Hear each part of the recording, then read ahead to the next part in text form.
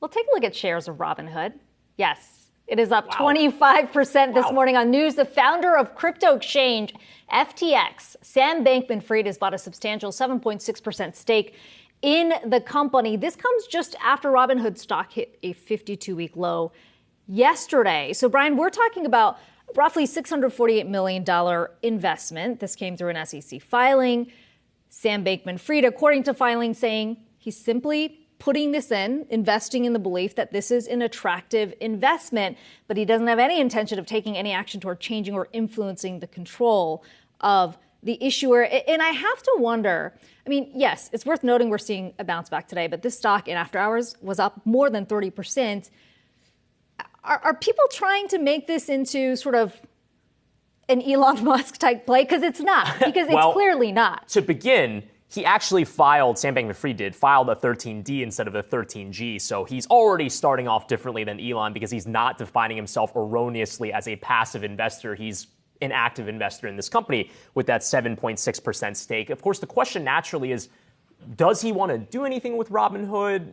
Is he just kind of standing on the sidelines just to observe right now? You know, I kind of looked through some of his previous commentary on Robinhood, and he was noting that it's not necessarily just Robinhood specific, but you know, all of these stock exchanges involve a lot more players and counterparties and intermediaries than, say, crypto exchanges. And that's because you have all these regulations that require you to have brokers and margins and clearing and custody houses all involved. Whereas in the crypto exchange world, which he argues is a lot simpler and better and easier to operate, it's just the person buying Bitcoin, the person selling Bitcoin, and then FTX in the middle. So I wonder if there's any sort of knowledge sharing or just kind of institutional learnings that he wants to get from being involved with Robinhood. But again, it's all just speculation right now. I don't see SBF being the type of person to just start tweeting unhinged about what he wants to do. No. If anything, you could tell he's quite cautious if you follow his Twitter feed.